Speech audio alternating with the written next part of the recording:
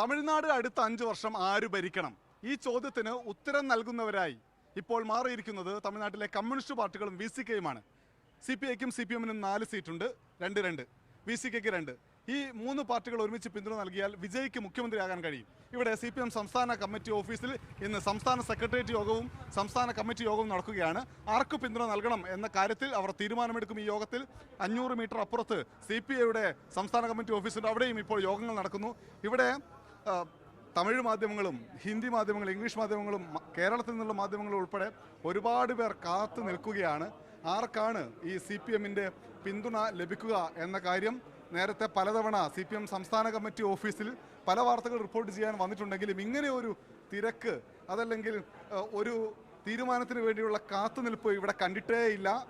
സകല മാധ്യമങ്ങളും ഇവിടെ ഈ തീരുമാനത്തിന് വേണ്ടി കാത്തിരിക്കുകയാണ്. CPMൻ്റെ പോളിറ്റ് ബ്യൂറോ അംഗം K. ബാലകൃഷ്ണന്റെ നേതൃത്വത്തിലാണ് ഇവിടെ സംസ്ഥാന സെക്രട്ടേറിയറ്റ് യോഗം പുരോഗമിക്കുന്നത്. P. ഷൺമുഖം സംസ്ഥാന സെക്രട്ടറി അധ്യക്ഷത വഹിക്കുന്ന യോഗം.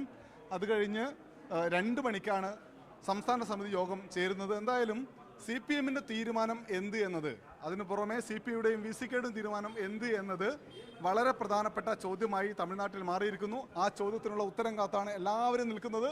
ഇന്ന് വൈകിട്ടോടുകൂടി തീരുമാനം ഇടതു പാർട്ടികൾ പ്രഖ്യാപിക്കും. അതോടുകൂടി നമുക്കറിയാൻ കഴിയും വിജയ് ഭരിക്കുമോ, വിജയ് മുഖ്യമന്ത്രിയാവുമോ, അതല്ല കൂടുതൽ നാടകങ്ങളിലേക്ക് തമിഴ്നാട് മാറുമോ എന്ന കാര്യം. വിജോഷ് പുതുവാശ്ശേരിക്കൊപ്പം ചെന്നൈയിൽ നിന്ന് അനൂപ് ദാസ്, മാതൃഭൂമി ന്യൂസ്.